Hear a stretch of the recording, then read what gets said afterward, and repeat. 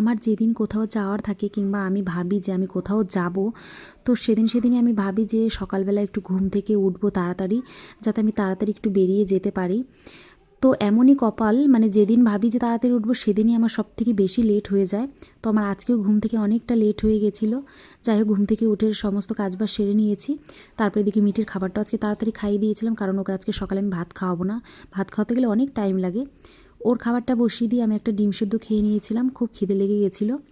তারপরে স্নান করে মেয়েকে রেডি টেডি করে আমিও বেরিয়ে পড়েছি। আর এদিকে আমার বর আমাকে দিতে যাচ্ছিল, বললো চলো আমি তোমাকে ছেড়ে দিয়ে আসি। তো আমি কিন্তু এখন যাচ্ছি হচ্ছে কোথায় সেটা একটু পরে বলছি, দাঁড়াও। তো এখন আমরা বেরিয়ে পড়েছি। আর এদিকে দেখো আমার মেয়ে গাড়িতে ঘুমিয়ে পড়েছিল, তাই ওকে নিয়েই এখন যাচ্ছি।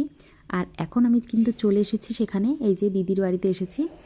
তো দিদি আমাকে বলছিল যে একটু ঘুরে যা, তো কালকেই আসার কথা বলেছিল, সেটা আমি আসতে পারিনি।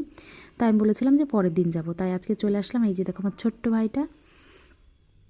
ভাইটা ওখানে ওর মার কোলে আছে, আর এই যে মিঠি ওর মাসিমণির কোলে বসে আছে। দেখো মুখটা কেমন করে আছে।